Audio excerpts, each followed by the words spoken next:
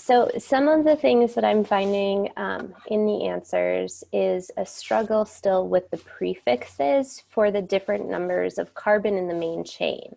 So let's change this color. We'll make it nice and bright. So when we're looking at main chain number of carbons, we have, if we just have one, that's a meth. 2 is eth. 3 is prop. 4 is bute. 5 is pent. 6 is hex. 7 is hept. 8 is oct. 9 is non. And 10 is deca.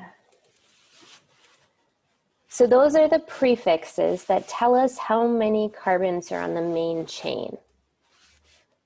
So again, these two are structural isomers because they have the same molecular formula. The C4H10 is the same molecular formula.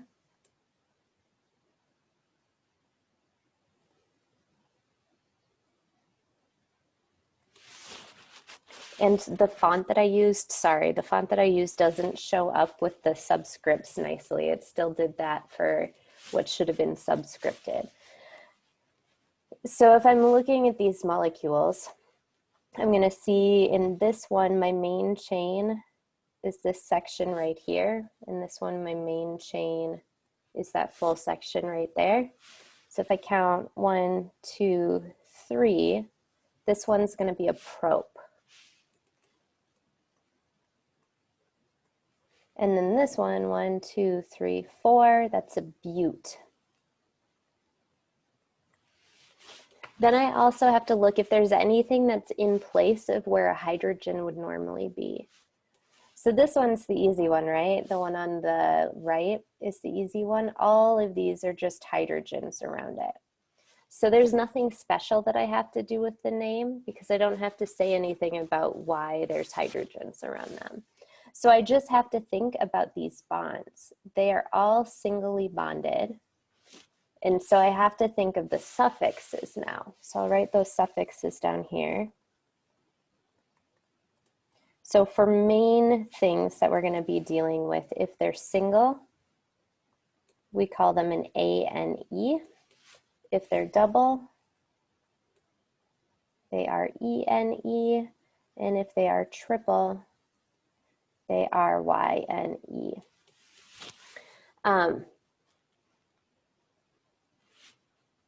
So butane, a number of you got that one. Woohoo!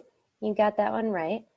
A number of you were trying to do like old covalent molecule bonding things with like dis and tris and that sort of thing. But we don't want to use those except if we have a group coming off. So here I have one CH3 group coming off. That's a methyl group. So meth YL, not to be confused with YNE, two different things. The YL means it's a chain coming off. The YNE means that there's a triple bond somewhere in there. And if I had of these groups coming off, multiple ones coming off, then I would do something like a di or a tri. So let me change my font here.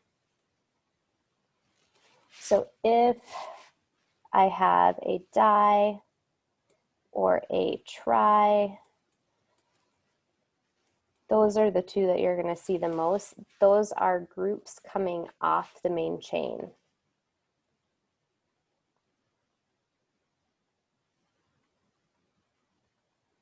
Assuming they're the same group coming off the main chain. So if instead of this hydrogen, let's say I actually had a CH3 down here. I've just changed the problem on us. Okay, I have a CH3 down here instead of a hydrogen. I've replaced one of the main hydrogens where I would expect a hydrogen. Excuse me. This would be a dimethyl. And they're both on the second carbon, so I would call them 2,2-dimethyl. And then I have to deal with the main part of the chain, which is a propane. The prop that we said over here, and the ane that we said from the single bonds. But my original one, going back to my original one, I've got a methyl only on the second carbon, so I have a 2-methyl propane.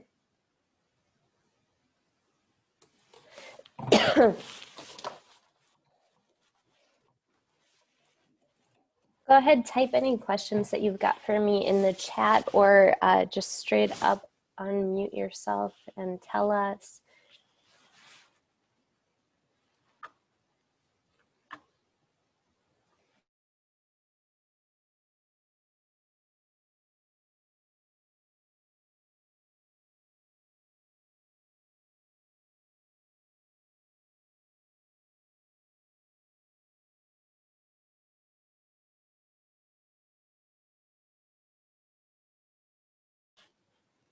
Okay. As questions come up, please don't hesitate to say them. That's how we're all going to learn. Just like with the participation in the chat, I was able to see that we had a lot of confusion about the prefixes and the difference with these off the main chain groups. So thank you for putting in there so that I could figure out where we're at. So we'll keep that up.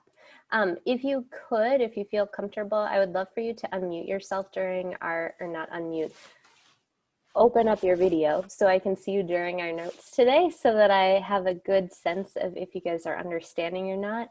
Some of you especially, like, it's really clear if you're getting it or not. So it's helpful to see your faces even though we are at a distance. And let's move on back to this. So no school on Friday, right? So since there's no school on Friday, tomorrow is another asynchronous day for us. And then Friday is a synchronous day. A change though from our normal, oh, we'll do that later. We'll do that later. Here we go.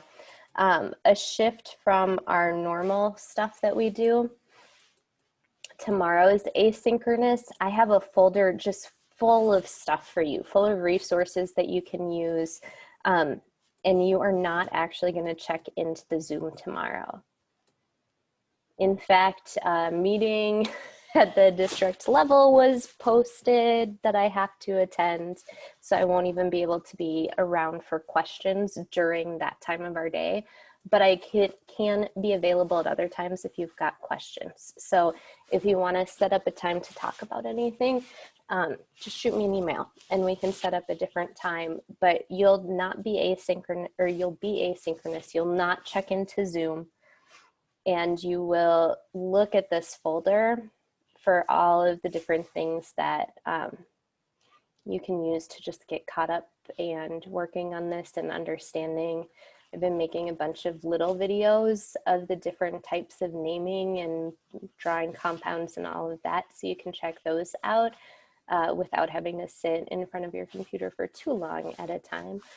Are there questions about tomorrow before we move on?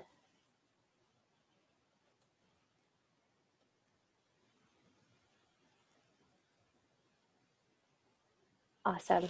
I got some great feedback from my Connections kids yesterday about the setups on Schoology and getting announcements out and all of that. So I'm going to make some changes for next week that really just give you all the information multiple times in multiple places on Schoology. So you can see it in your calendar, what we're doing for the day, and you see it on the folders here. And I'll shoot out more reminds. I didn't want to inundate you guys before, but it sounds like it might be a good thing. So if you haven't joined the remind yet, please do that. It is listed at the bottom of our announcements page from Schoology. And that is a great question about hybrid for next week. I don't know any specifics. I'm sorry, I wish I did.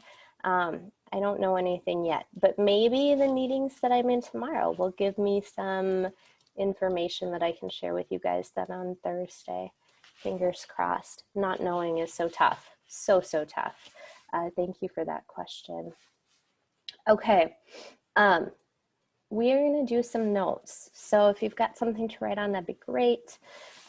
Just like I have been, I'll be posting these things, posting videos, all of that in that folder. I'll probably have it in 2 places so you can see it. Again, finding things easier if it's in multiple places. Okay, let's open up whiteboard. Why don't you, on your notes quick, yeah, good question. These are kind of continued from the last ones. They're all about naming still. Good question. So if you just want to continue on with your notes that way, that should be a logical way to do it. The carbonyl group, the C double bond O, is what I want to talk about first today. So if you want to make this chart, and then we'll start talking about filling in this chart.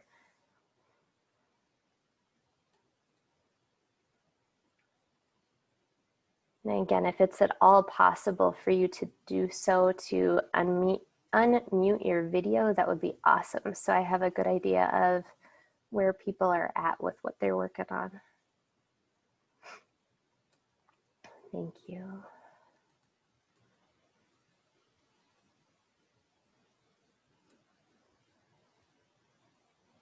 Yeah, it's hard. I normally have, it's not a trick, but I'm going to call it a trick. I normally have a trick in class. Like I watch for when most of the people's pens have stopped writing to know if it's good to move on or not. And it's harder to gauge that on here, especially when videos are muted.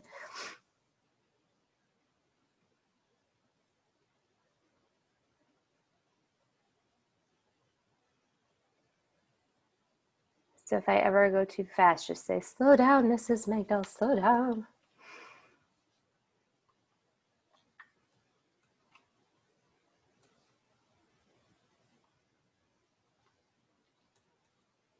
Okay, it looks like we're in a pretty good spot for moving on with this chart now.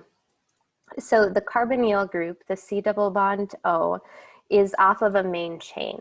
And so chemists use this weird thing where they say R is somewhere in it. And I think that they picked R mostly just because there's no element that's just a plain old R. So they knew it wouldn't be confusing for people to see an R somewhere in there. So the R just represents some continuation of this molecule. And we'll see that some more later on. Most of the time the R is at least 1 carbon and some stuff. Sometimes it might just be a hydrogen, but it should be pretty clear if it's going to be that. Sometimes if there's multiple R groups, we'll do like an R prime, which has a little thing at the top. So we'll see that with the ketone here in a second. So the main difference between an aldehyde and a ketone is where this carbonyl group is located. If the carbonyl group is located at the end, either the beginning or the end of a molecule, so not somewhere in the middle, then it's an aldehyde.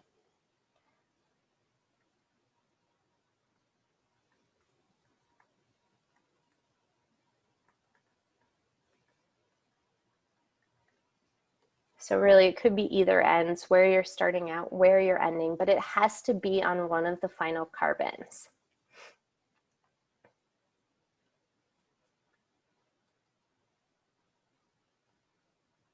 The ketone, on the other hand, has to be anywhere but the end.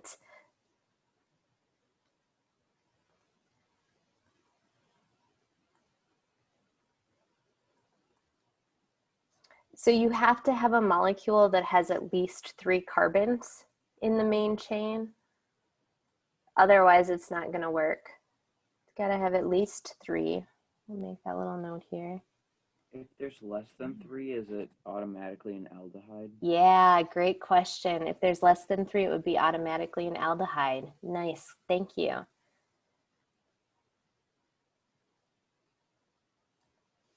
Good.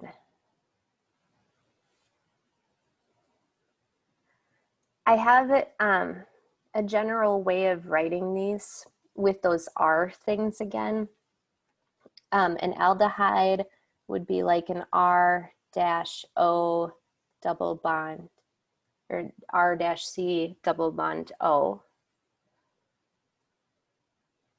And it'll have a hydrogen on it.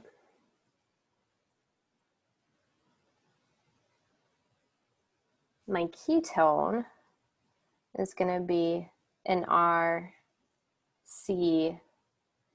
R prime double bond O. And so this prime just means that it could be the same. There we go. Could be the same carbon group or different. So we could have like a CH3 on this one. And on this one, we could have a CH2, CH3. That would mean that it's different. Or they both could be the CH3s, or they could be way longer than that. So this one's just an example. And since this is the general form, it doesn't really matter what those R's are. It's just a way for us to remember that we're looking for a C double bond O on the end to identify the compound as an aldehyde, or we're looking for the C double bond O in the middle to identify it as a ketone.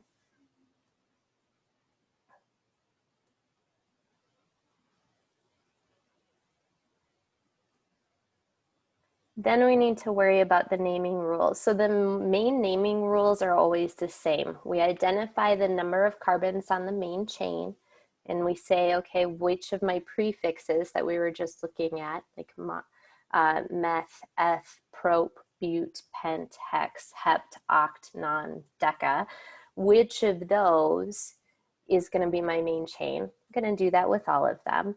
And then I'm going to figure out what my functional groups are.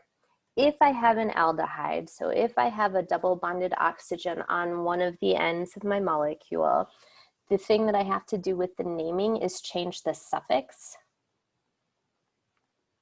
So whether it was like an ane or an een or an ein before, I'm changing the suffix to al for aldehyde. An al for aldehyde.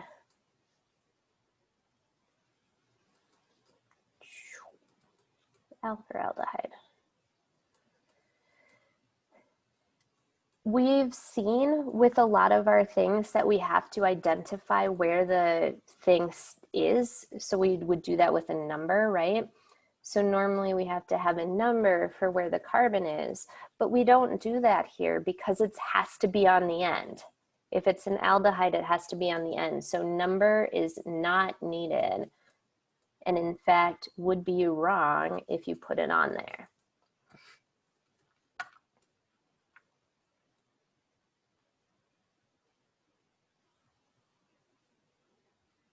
The ketone has a suffix of O-N-E, own. So it's like the last part of the name here. Ketone, own. Would I need a number for this? What do you guys think? Yeah? Yes. Yes. Thank you. I see lots of head shaking. See a couple in the chat. Yes. See some thumbs up and heard Zach. Thank you. Yes, for sure. We need to have a number on this one because if we don't, we can't put this together right, because we don't know which carbon it's going to be on. And if we don't know which carbon it's going to be on, later on, we won't know what kind of reaction it would have. That's why this whole naming stuff matters. And I haven't been super clear about that, I'm sure yet. Like, the reason we do naming is because if we can identify the shape of the molecule, then we can identify what reactions we can make it do, which means we can say, okay, here's my favorite example. I was in a medicine design class in college when I was getting my BS in chemistry. I knew all of these reactions, which meant I could say, well, if I can have this molecule in the lab, like I can buy this from Flynn Scientific, and I want to create this big molecule that I can then use for patients that have rheumatoid arthritis, then I could go ahead and build it with all of these different steps. It's so cool. We can build these crazy molecules out of either simpler ones or more complex, either way, because we know how they're shaped together. And it gets really complex, guys.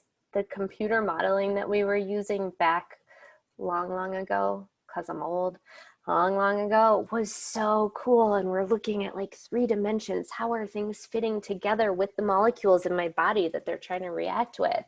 It is so cool. And it's all foundational with this stuff, the naming and the drawing of the molecules. We can do so much once we understand that. So back to it. Sorry, I got on my soapbox for a second. Yes, I need to identify which carbon it's on. So I show that here with that number.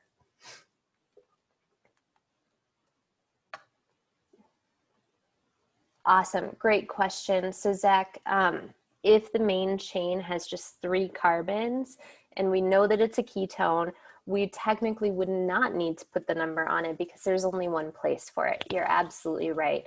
So you can ask yourself, like, I know that I should have a number, but there's only one place it can go, then you don't have to put the number. Great question. Okay. The carboxylic acid group is very similar to this carbonyl group, but it's got 2 parts to it. I'm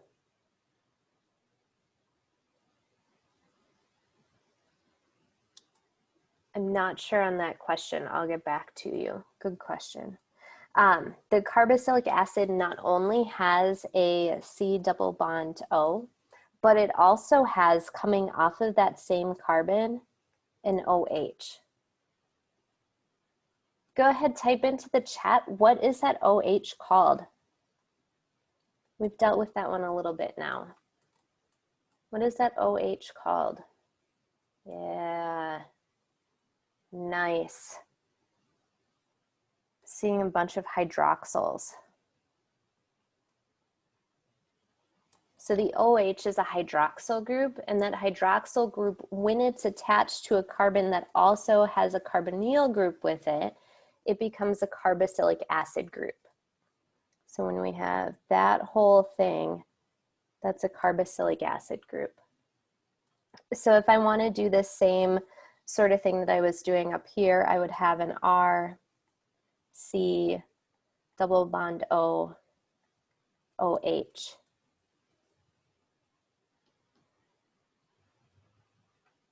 So when thinking about where it's located, which would this be more like, an aldehyde or a ketone?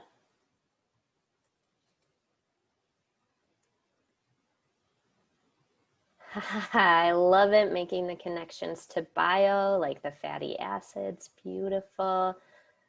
Awesome, yes, aldehyde, beautiful. It's gotta be on the ends like the aldehydes.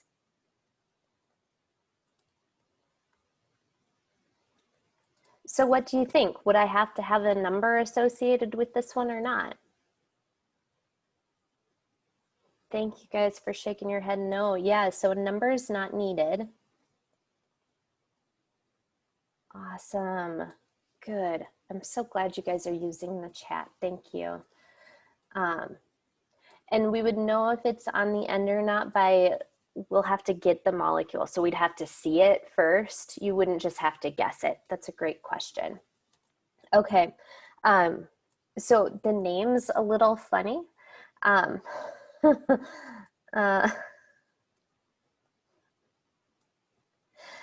just think it's funny. Basically oic and then acid, like ethanoic acid. Do you guys remember where ethanoic acid is? Where in your house might it be? Yeah, it's the same as acetic acid. Nice. So where would we find either ethanoic or acetic acid? Vinegar, yes. Awesome, guys, you got it. Woohoo! So vinegar, ethanoic acid, that would be vinegar. Very nice. Okay, so the oic acid, kind of like this part of the name. So let's do some practice. If I'm gonna write a molecule and I want you to, in the chat, put in whether it would be a carboxylic acid, an aldehyde, or a ketone. That's the first bit.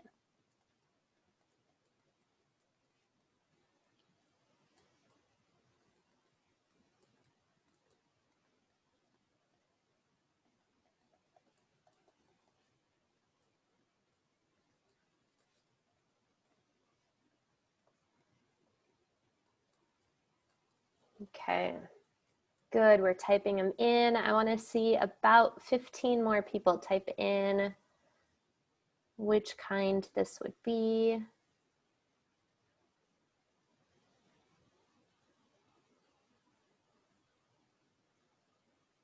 Awesome. Well done, guys. You are right. It's a ketone. So a couple of you also put in what you would need as a suffix. It's an -one. Beautiful. The O-N-E is going to be my suffix. So let's go through and name it. I want you to try on your papers there first, and then we'll talk through it.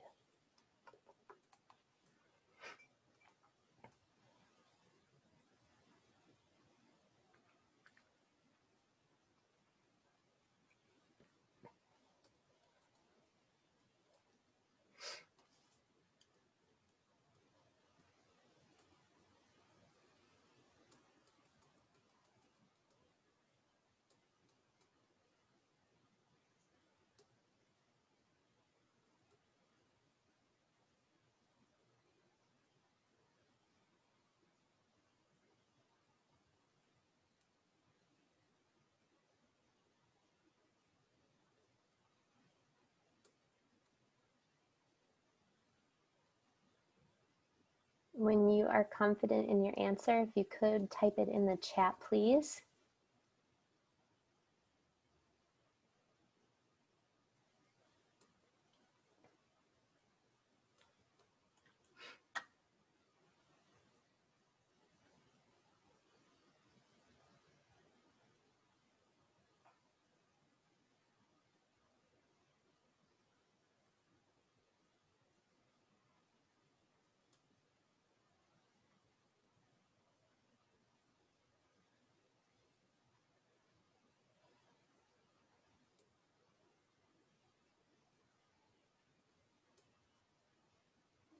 Awesome.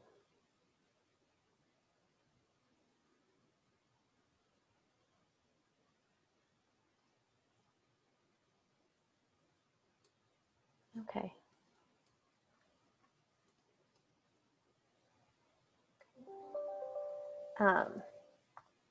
So let's take a look step by step. First of all, I'm going to identify where I have different groups coming off. So I know I have a CH3 group here, and I have a CH3 group here. So a CH3 group that's coming off the main chain is called a methyl group. And I have two of those, so I'm going to put a di in front of it, dimethyl. I also have this carbonyl group coming off of somewhere in the middle. So I know if it's a double bonded oxygen coming off the middle that it's got to be a ketone, which means I'm going to have a suffix of O-N-E. Now I have some counting to do. So I'm going to count the main chain. And I've got 1, 2, 3, 4, 5. Or I could count the other way, 1, 2, 3, 4, 5. Then I just have to identify where I have a group closest to. What do you guys think? Should I count from the right or the left?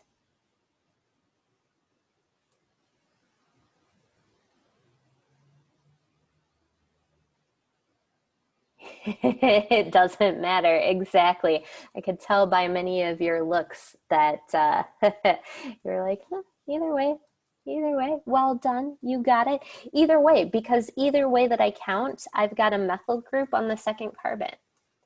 So I just have a habit of going left to right. So I'm gonna go that way. Not that it really matters, I'd get the same answer either way. So if I count this out, I notice that one of my methyl groups is on the second carbon, and my second methyl, because remember it's a dimethyl, my second methyl is on the fourth. So I have 2,4 dash dimethyl. And then I have to address the fact that I've got a ketone, and that ketone is on my third carbon here. So I have a 3-one.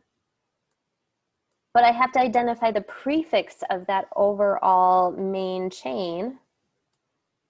So I look here, that's a 5. So I think back to my prefixes for main chain, and 5 is pent. So I could put this together one of two ways. Either way is going to start out the same, 2,4 dimethyl. I'm going to write that one more time because either way it's going to be this. And then I'm going to have the rest of my structure. So I've got the pentanone, and it's either 3-pentanone or pentan-3-one, depending on how you want to put it. So 3-pentanone or pentan 3-one. Either way, that's 3 is saying that the carbonyl group is on the third carbon.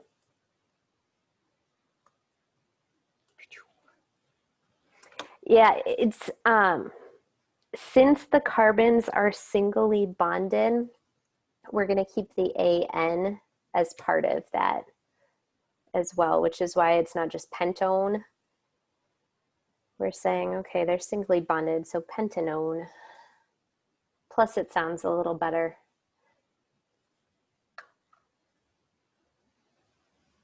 If it had a double bond, then it would be like pentenone, but that would be super crazy because we'd have to identify where that was too. I cannot think of any instance where we would have a double or triple bond as well as the ketone. Good questions. Okay.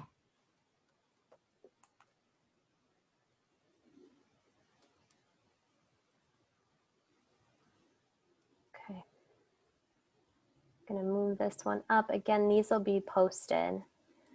And let's do another problem.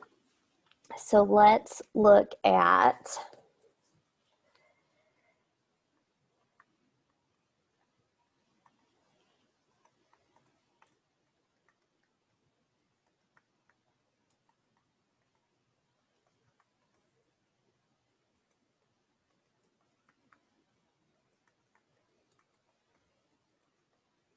Okay. So first of all, just type into the chat, is this an aldehyde, ketone, or carboxylic acid?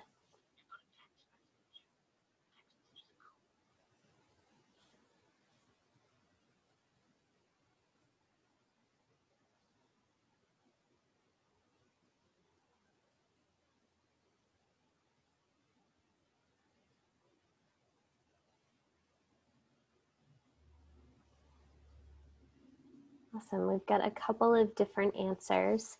Some of you right off the bat were like, oh, the O and the C, before I even started writing the OH part of it.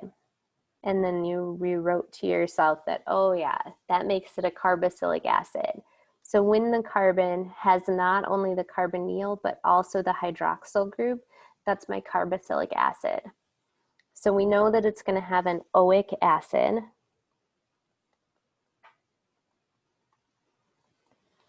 We know that part. We know that's my first carbon. So go ahead and type into the chat, what would I name this one?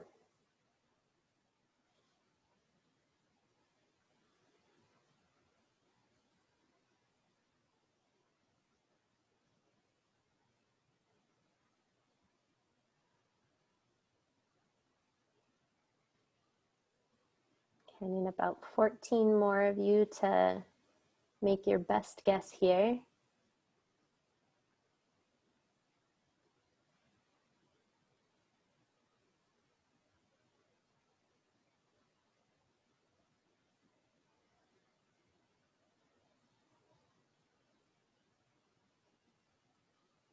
Okay, about 7 more.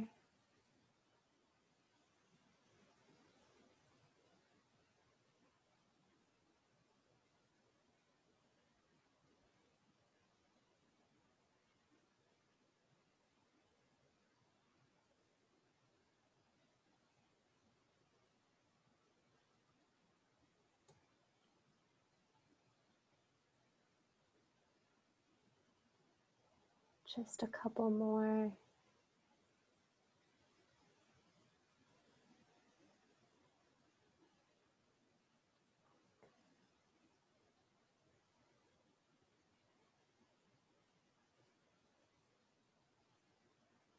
Let's count through them then. 1, 2, 3, 4. I get a butan, oic acid. I don't have anything special coming off of this one. It's just a butanoic acid. So I do count that carbon that's in that carboxylic acid group. That is important. Okay. I don't want to do a ticket out the door, but what I would like you to look at is on Schoology, there's an assignment for Monday. Where you're doing naming and you're working on different structural formulas. So tomorrow, when you've got your asynchronous day, I want you to look back at these notes that we did today and the ones that we did last week, and also look at that folder for the asynchronous day for extra resources. There's more videos. I'll keep them coming so you can see more ways of them being done. We have not yet talked about ones that have oxygen in the main chain. And so on some of the problems, there are ethers and esters that we have not talked about yet. So you're going to have to wait on those problems. I think there's just 2 that you'll have to wait on. The rest you should be able to do at this point. They're either alcohols, carboxylic acids, aldehydes, ketones, alkene, alkyne, or alkanes. So those are all the ones we've done so far. So work hard on them, write questions for me that we can address on Friday, And again, that assignment is already in the calendar for next Monday. And we'll have some time on tomorrow because of asynchronous, as well as Thursday to work on it together. Any questions?